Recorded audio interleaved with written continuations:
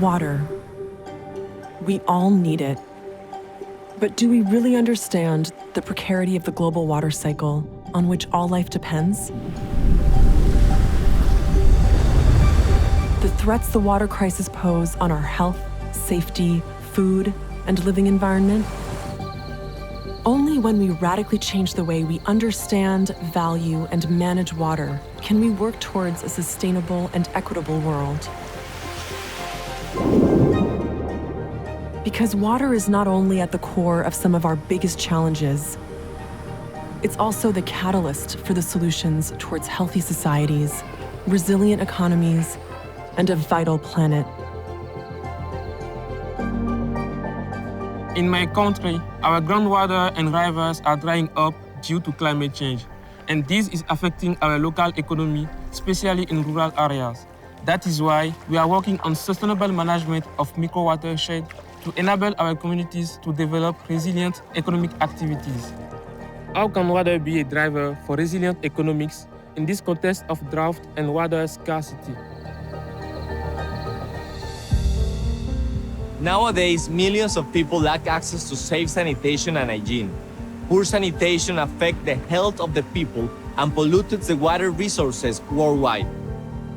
How can we ensure safe sanitation for all?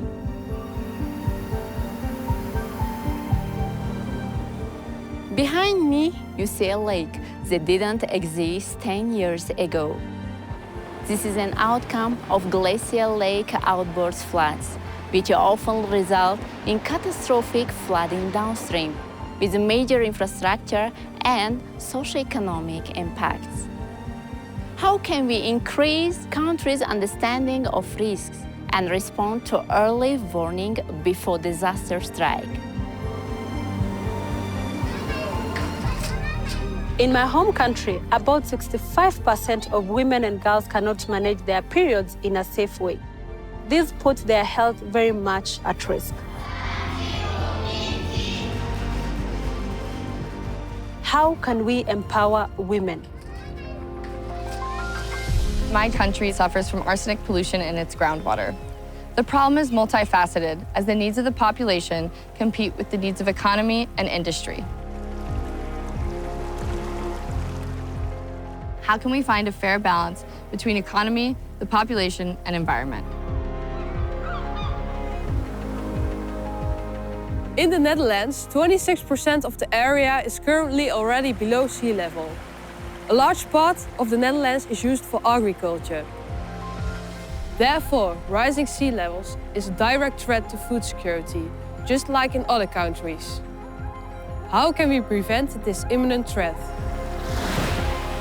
Small island developing states, like those here in the Caribbean, are amongst those most seriously impacted by the effects of climate change.